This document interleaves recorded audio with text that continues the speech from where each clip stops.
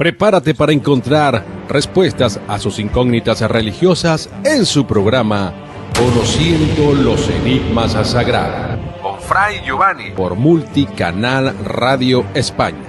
Bienvenidos tengan todos ustedes, amigos noctámbulos de Multicanal Radio.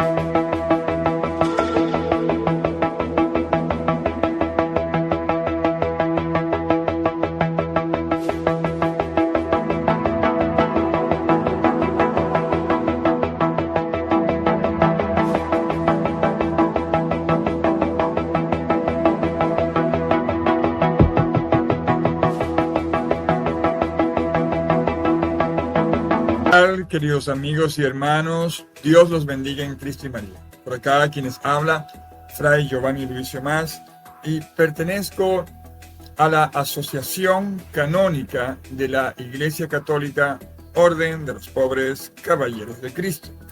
Soy un laico consagrado, soy el gran prior de esta asociación canónica que busca siempre defender a la iglesia.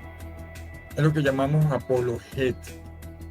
Por supuesto, antiguamente, por la circunstancia, nosotros, nuestra orden, con nuestros hermanos históricos, ellos defendían a la iglesia a espada. Era el momento. Pero hoy la defendemos con la palabra, con la lengua, y bueno, no sabemos más adelante qué pueda pasar. Pero nuestra finalidad es la defensa de la civilización occidental. Nosotros tenemos que ir camino a la verdad. Tenemos que tener las verdades teológicas, las verdades bíblicas, las verdades que están allí de nuestra sana doctrina. Tenemos que ir camino a ella para entenderlas. Para mí realmente es muy lastimoso y con todo respeto cuando a veces hay comentarios dentro de la misma iglesia de que cómo es posible que se diga que Jesús no nació en un pesebre. Bueno, nació en un pesebre, pero no en un gallinero fuera de la ciudad. No, nació dentro del seno familiar. Que Adán y Eva no existieron. Ya vaya, vamos a analizar el mensaje de la Biblia. Fray Giovanni anda diciendo estas cosas y es contrario a lo que la iglesia cree. Pregúntele a cualquier seminarista, a cualquier sacerdote, a cualquier religioso, si lo que yo estoy hablando es mentira y va en contra de la iglesia católica. El no querer ver la verdad, siempre he dicho que la ignorancia es océano. Y escriben cartas, y escriben comunicados, y creen que, bueno, se la están comiendo. Nosotros seguiremos educando, seguiremos diciendo la verdad, seguiremos siendo lo que somos. Si hay acá algún sacerdote, algún religioso o algún obispo que diga, epa, Fray Giovanni, eso no es verdad, dígame. Y yo, por supuesto, con argumentos, sabré reconocer que no es verdad. Pero hasta ahora, en mis más de 40 años de servicio público y activo en nuestra Iglesia Católica, digo público y activo porque nosotros estábamos formándonos, estábamos en los grupos de apostolado, estábamos en la pastoral juvenil. Bueno, en estos más de 40 años, hasta ahora nadie me ha dicho, Giovanni, ¿eres un hereje o eres un cismático? Por lo menos de la jerarquía eclesiástica. Y seguiré predicando la palabra. Entonces, el tema de hoy es sobre Adán y Eva, verdad histórica y teológica. realmente existieron, realmente lo que la Biblia nos miente, nos dice la verdad. Preparémonos para este programa.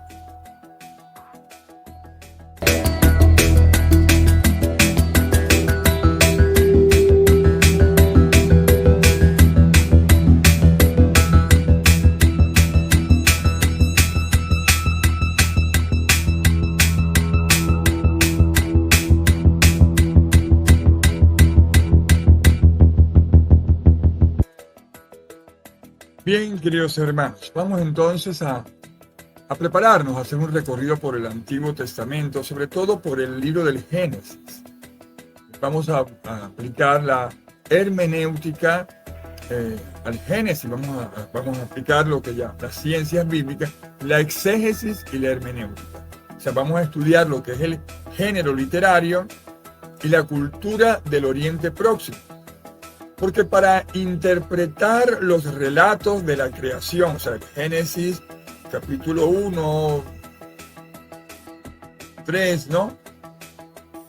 La exégesis bíblica debe analizar y nos exige que debemos analizar las formas literarias y el contexto cultural de la época.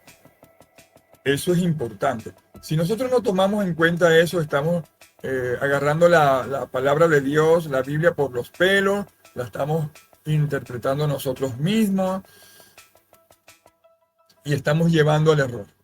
Como muchas personas que ocurren así, sobre todo los hermanos de las sectas evangélicas, y lo peor del caso es que es ahí la diferencia que tenemos nosotros los cristianos católicos con las sectas evangélicas, porque nosotros aplicamos la exégesis y la hermenéutica. Cuando alguien se quiere hacer pasar por católico, escribiendo cartas al obispo o a mis superiores, no, que somos católicos, y reclama estas barbaridades, eso no es ningún católico, ese se está haciendo pasar, ¿no? Pero bueno, habíamos dicho que vamos entonces a analizar la exégesis bíblica, que vamos a analizar las formas literarias y el contexto cultural de la época, que es bien importante. Bien, vamos a comenzar analizando lo que es el género literario. Es un género literario simbólico, oigan bien, simbólico teológico, tiene los dos. Por lo menos el Génesis 1 al 3 no fue escrito como un libro de biología, o un libro de genética, o un libro de historia moderna. ¿Qué utiliza? Utiliza un lenguaje figurado, un lenguaje figurativo. Y por supuesto, dentro del género poético, que eso es muy común en el Antiguo Testamento, en el Oriente Próximo. Cuando hablamos del Oriente Próximo, en mesopotámico, el egipcio. Acuérdense que el Génesis, el Pentateuco, los 5 primeros libros, algunos se lo atribuye ¿a quién? A Moisés. Y Moisés no era un bobo. Moisés, él se crió y vivió en Egipto. Entonces utilizaba, por supuesto, esta forma literaria, este conocimiento literario de ese momento. Y esa forma literaria, si quiere, es para comunicar verdades metafísicas, una materia que está dentro de la teología, no es la metafísica de Tony Méndez, cuidado, no, nada que ver con eso, y verdades teológicas profundas. Vamos a comenzar por el análisis de los nombres de Adán y Eva.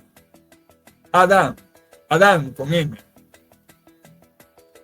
Eso es hebreo. Y en el hebreo es un nombre colectivo, no individual. Estamos metiendo en la cultura hebrea. Es un nombre colectivo que deriva de la palabra Adán, que termina con H, aunque la H es muda, ¿no? Que significa tierra o polvo del suelo. Adán, polvo, tierra. ¿Ah? Entonces, ¿qué quiere significar ese polvo, esa tierra? Significa literalmente, entonces, surgido de la tierra o surgido del ser humano, que viene del ser humano. ¿Por qué? Porque está en la tierra, está en lo que Dios creó para que nosotros gobernáramos. Ahora vamos con la palabra Eva, Jeva, o Jebac, que es la pronunciación. Proviene del verbo chayak, chayak. Otro lo pronuncia chayak, chayak, chayak, ¿no? ¿Qué significa este verbo? Este verbo significa vivir. Significa vivir. O sea, significa literalmente madre de todos los vivientes. Eso es lo que significa Eva. Cuando el autor del Génesis, que se le atribuye a Moisés, pero viene, por supuesto, si fue Moisés, él recogió muchas culturas, muchas historias de antes de ello, que ya los hebreos, por supuesto, hablaban y creían, pero Moisés lo que hizo fue organizarla, si es que fue Moisés, ¿no? No lo estoy poniendo en duda porque no hay como una certeza como tal, pero ese es otro tema para otro programa. Metámonos en la mentalidad del autor bíblico, que él habla de que era el surgido de la tierra, que es Adán, y Eva, que significa vivir o madre de todos los vivientes. Entonces, eso es importante tenerlo en cuenta. Hasta ahora no estamos hablando de que Adán y Eva no existen, sino que estamos analizando a profundidad nosotros el contexto literario, el ambiente, el motivo, el porqué. Ahora vamos a introducirnos en el contexto del significado del barro y la costilla. Cuando se nos habla a nosotros, modelado del barro, eso que nos expresa la fragilidad de la condición humana y por supuesto de la dependencia que tenemos del Creador. Cuando se escribe esa parte, creado del barro, es que depende de Dios, de que ese ser humano que se está creando allí es frágil y que si se quiere, depende de Dios. Ese es el significado. Luego viene de la costilla de Adán. Bueno, dicen que es un comentario sexista de que Dios es machista. Señores, cada cultura tiene su forma de ver la vida. Para eso están los sociólogos, los antropólogos, los teólogos. Pero teólogos serios, no teólogos agarrados por las ramas, por allí. ¿No? La costilla de Adán, ¿qué significa eso? Bueno, en la antropología semítica, ¿no? Los pueblos semíticos, la costilla o la tesela o la shella o tesela, como se escribe T-S-E-L-A. ¿Qué simboliza ella? Ella simboliza el costado, el mismo nivel. No que Eva dependa de Adán, sino que salió de Adán, o sea, la mujer y el hombre, la igualdad del hombre y la mujer. Eso es lo que enseña, que está en el mismo nivel. Pero mucha gente, no, que vea que proviene de la costilla, que el hombre es superior que la mujer. Si la mujer proviene del hombre, es barro también. Hay igualdad. Y eso es la igualdad de la dignidad entre el hombre y la mujer, a diferencia de otros mitos paganos del Oriente Próximo. Pagano, la religión pagana, ¿no? del Oriente Próximo, donde la mujer estaba subordinada al nivel de la criatura, de una criatura inferior, por debajo del hombre. Acá no. El Génesis nos enseña la igualdad. Es allí donde, cuando yo leo la carta que envió este señor Polanco a mi superior, te dirán, pero bueno, pero es que nos estamos riendo todavía. Nos estamos riendo todavía del señor, supuestamente Polanco, y del señor Jonathan Vélez. Que él va a tener que venir a Venezuela. Y yo, bueno, pues, que lo piense bien, porque hace el ridículo. O sea, si usted va a reclamar algo, por favor, no me llame ni hereje, no me llame que estoy diciendo, que estoy diciendo mentiras, que estoy diciendo cosas que van en contra de la iglesia. ¿Qué más cristiano católico que la explicación del Génesis a través de la exégesis y la hermenéutica nos enseña realmente lo que le enseña, lo que la iglesia enseña, que Adán y Eva están en el mismo nivel? Están en el mismo nivel. Eso sí es cristiano. Ahora voy con otro segundo punto sobre la fundamentación bíblica. O sea, el Antiguo y el Nuevo Testamento. Quiero tocar el punto de la revelación bíblica. Porque la revelación bíblica, ella mantiene una continuidad antropológica. O sea, los relatos contienen una continuidad teológica desde el Génesis hasta San Pablo. Veamos. El Antiguo Testamento, por lo menos los relatos antropológicos, que el Génesis 1:26 al 28, ¿no? Capítulo 1 del verso 26 al 28, y el Génesis capítulo 2, 7, capítulo 7, el 2 y el 7, y en el 7 del 18 al 24. Revísenlo ahí. ¿Qué nos muestra? Nos muestra dos tradiciones. Señores, existe la tradición sacerdotal, y en las Biblias católicas ustedes la van a encontrar con la letra P. Ven ahí que está en la explicación P. Esa es la tradición sacerdotal. O sea, el Génesis no se compuso de un solo plumazo. Hay años de diferencia. Una parte del Génesis fue escrita o narrada, vamos a hablar así, fue narrada porque está la tradición oral, primero, y después cuando existió la escritura, esa tradición oral se recopiló y se hizo tradición escrita. Suponemos que Moisés fue el que hizo la tradición escrita del Génesis. Entonces está la tradición sacerdotal y luego viene la tradición yavista, que se va a significar con una J, la tradición yavista. Ambas tradiciones, ellas coinciden en que la raza humana es fruto del acto amoroso y deliberado de Dios.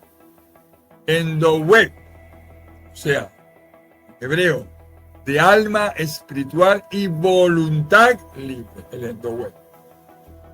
Vamos al Nuevo Testamento, queridos hermanos. En el Nuevo Testamento está el segundo Adán, que así encontramos nosotros cómo se le menciona a Adán, el segundo Adán. Ten en cuenta que Jesucristo, que es el segundo Adán, perdón, él refuerza la unidad del género humano y el matrimonio primordial. Vemos Mateo capítulo 19, del 4 al 6. Es importante. San Mateo, él elabora el pilar teológico central en Romanos. en Romanos. Romanos 5, del 12 al 21. Y de Primera de Corintios 15, del 21 al 22. Busquen su Biblia, ahora.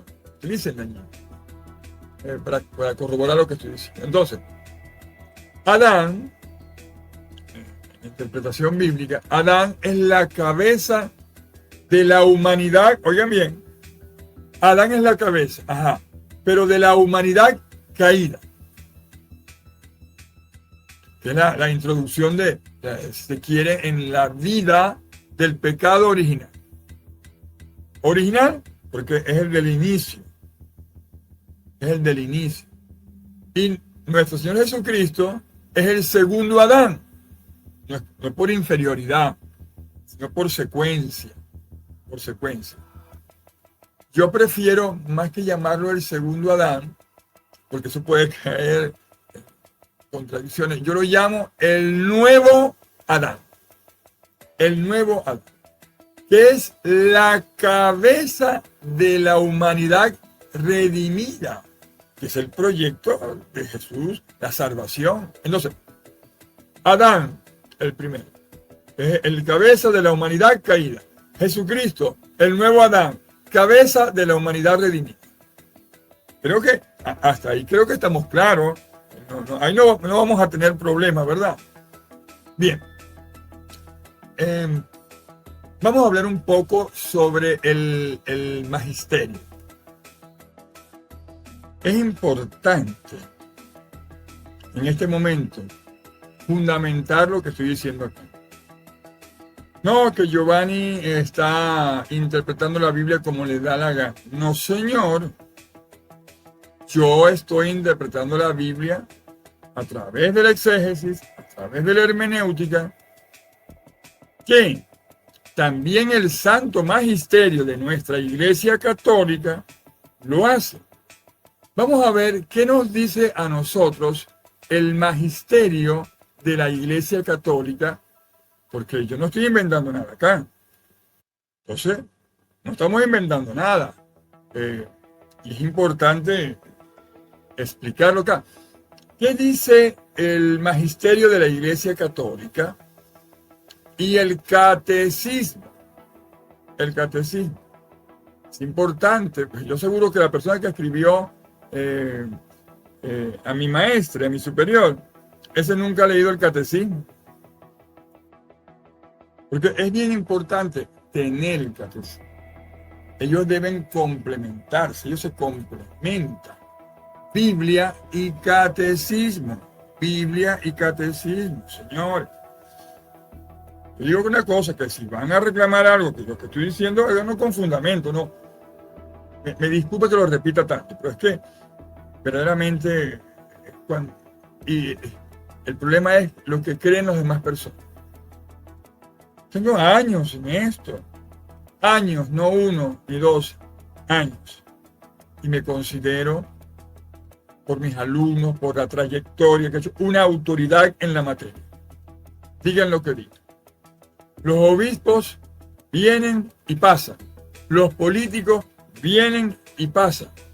Pero nosotros nos quedamos. Bueno, algún día seremos llamados por Dios. Pero es lo que debemos nosotros entender. No se me va a acusar a mí por defender realmente a la Iglesia Católica. Entonces vamos a ver. ¿Qué nos dice el Catecismo de la Iglesia Católica, de nuestra Iglesia, en el, déjeme buscarlo por acá, el 390. Vamos a buscarlo por aquí. 390.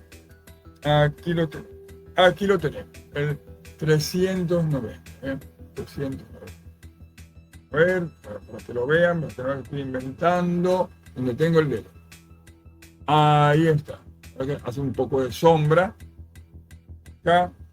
Entonces, bueno, vamos a leerlo, porque el 390 nos habla dice, el relato de la caída. El relato de la caída utiliza un lenguaje hecho de imágenes. Utiliza un lenguaje hecho de imágenes, pero afirma un acontecimiento primordial un hecho que tuvo lugar al comienzo de la historia del hombre. Vean lo que dice. El relato de la caída, o sea, el Génesis 3, utiliza un lenguaje figurado, pero afirma un acontecimiento primordial, un hecho que tuvo lugar al comienzo de la historia del hombre. Y continúa. Dice, la revelación nos da la certeza de la fe de que toda la historia humana está marcada por la culpa original libremente cometida por nuestros primeros padres. No se refiere nada más a Adán y Eva, sino a nuestros primeros padres. En la humanidad. Y para fundamentar, ¿qué nos dice a nosotros el Papa Pío XII? En 1950, el Papa Pío XII, en una encíclica, la palabra encíclica significa carta, en la encíclica Humani Generis, grábensela por favor, los detractores, señor Jonathan Vélez y todos los que lo apoyan a usted, búsquense la encíclica Humani Generis del Papa Pío XII, 1950.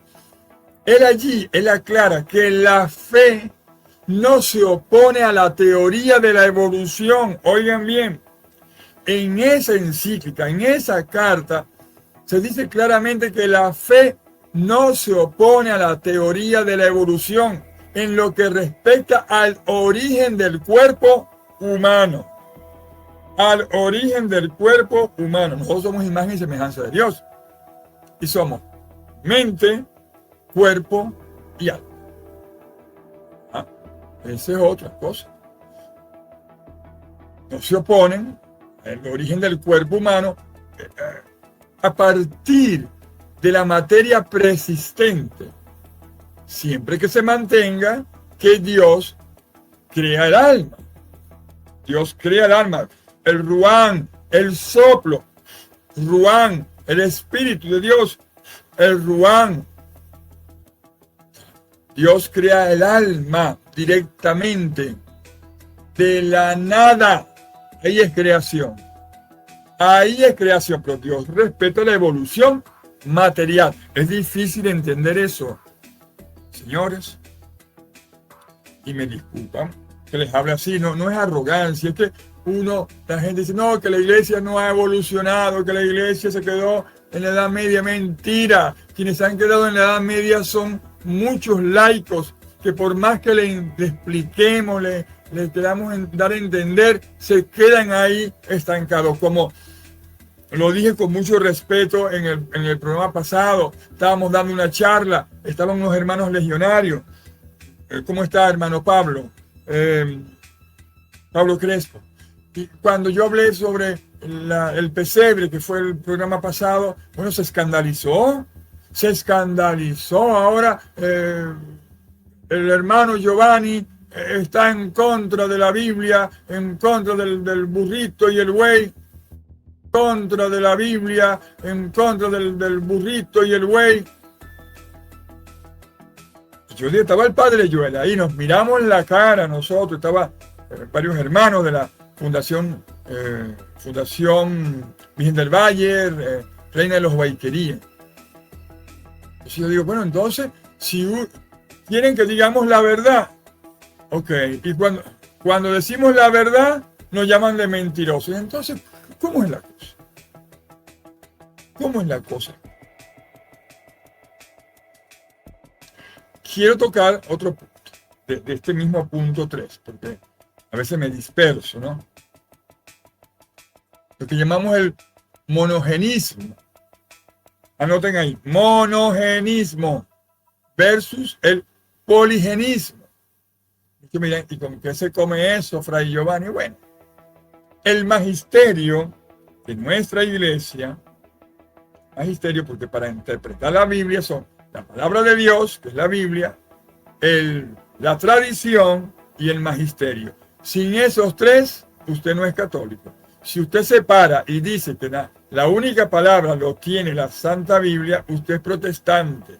Y ni siquiera protestante anglicano o luterano o calvinista, sino protestante de las sectas, que ni siquiera son protestantes, de las sectas evangélicas. Tienen que prepararse más. Tengo una amiga ex evangélica que estamos haciendo un taller de oración. Ella dijo unas palabras impactantes.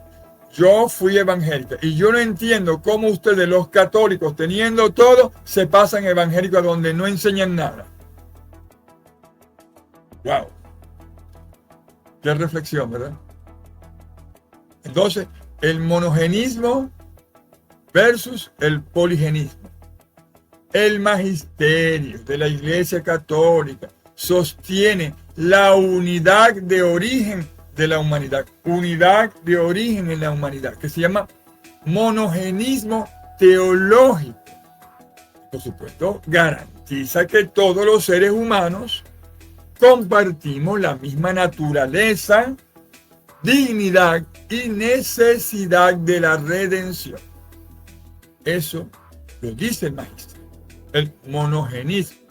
No, nada que ver con el poligenismo. Y bueno, para, si se quiere finalizar, bueno, un poco esta parte del programa, porque lo voy a dividir en dos, este programa, tenemos que hablar de la historia, de la ciencia y la cuestión del mito. El mito. La pregunta, ¿es Adán una leyenda o mito? Miren, en la teología moderna, mito, oigan bien, mito no significa mentira. En la teología moderna, mito no significa mentira, sino una narrativa simbólica, un género. O sea, una narrativa simbólica sagrada que expresa realidades históricas y teológicas profundas que trascienden la simple crónica, si se quiere, la simple historia o la simple crónica periodística. Lo trasciende. Me disculpo que a veces me quedo porque estoy buscando las palabras exactas para tratar de expresar. Existe, queridos hermanos, una compatibilidad con la ciencia moderna. Eso está allí, porque la ciencia, lo que llamamos la paleoantropología, está la genética. ¿Ella qué hace? Ella investiga la evolución biológica de la especie del Homo sapiens. La fe explica la dimensión trascendente, el momento en que Dios infunde una mente consciente y un alma inmortal, que es lo que llamamos nosotros la homonización teológica. Hominización teológica. Vamos a repetir. Hominización teológica. No existe ninguna contradicción entre la evolución biológica del cuerpo y la creación directa del alma por Dios. No existe ninguna contradicción. ¿Verdad, señor Jonathan Pérez? ¿Verdad, señor Juanus Polancus? Ay, Dios. Verdaderamente cuando quieren hacer daño y cómo se inventan nombres, si es que son los nombres de ellos, de repente sí. Pero ¿cómo? Por favor. Y bueno, por último, quiero mencionar el hecho histórico real. Que el otro no quiero decir que sea mentira, pero este es el hecho histórico real.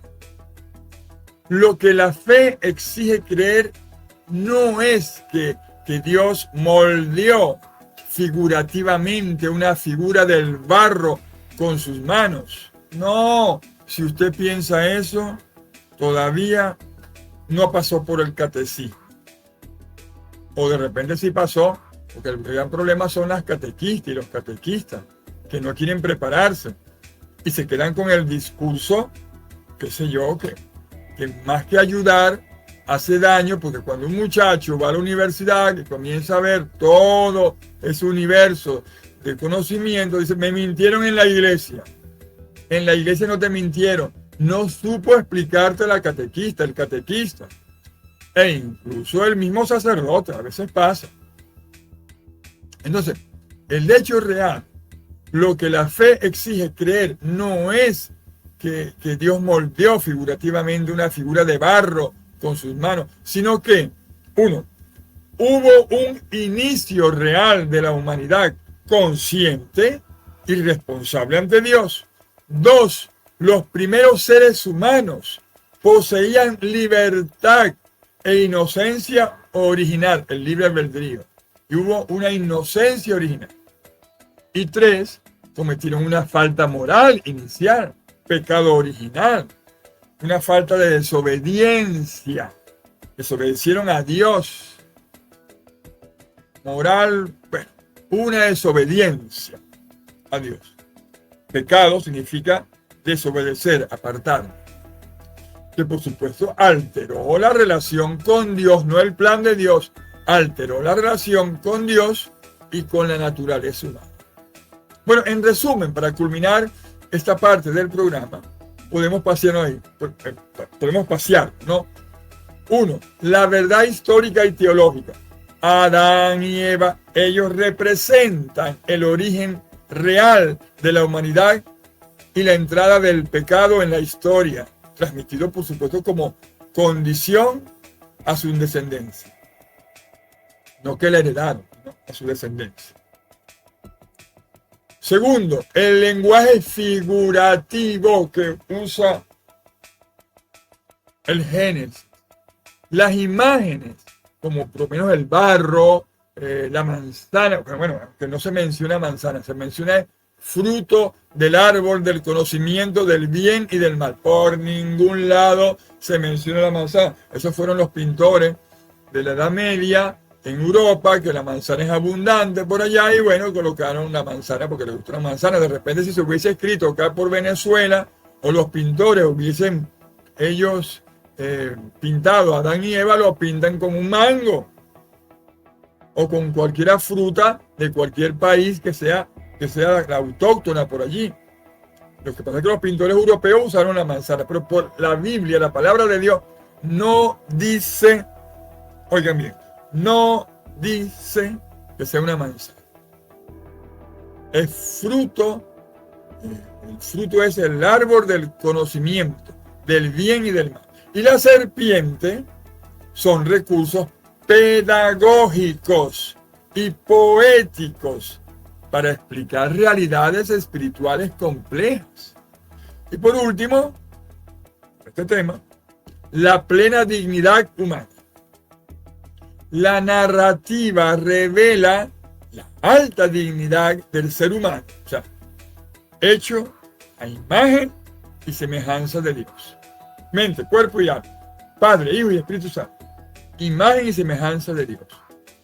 Por supuesto, su vocación a la comunión, a la unión con el Creador.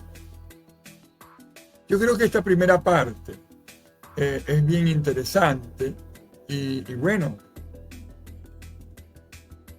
está revelando enigmas bíblicos.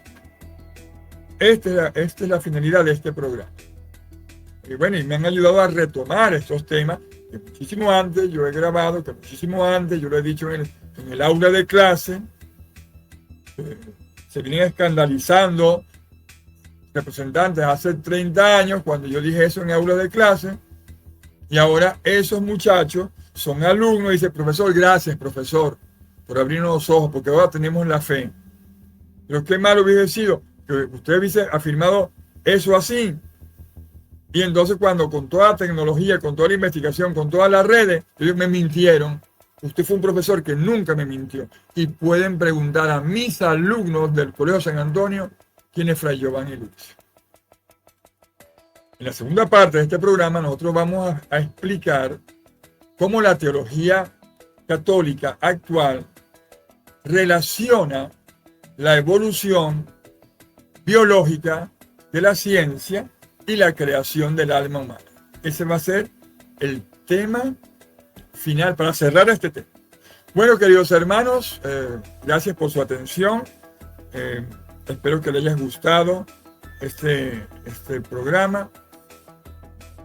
Y bueno, Dios me los bendiga en Cristo y María. En el nombre del Padre, del Hijo y del Espíritu Santo. Amén.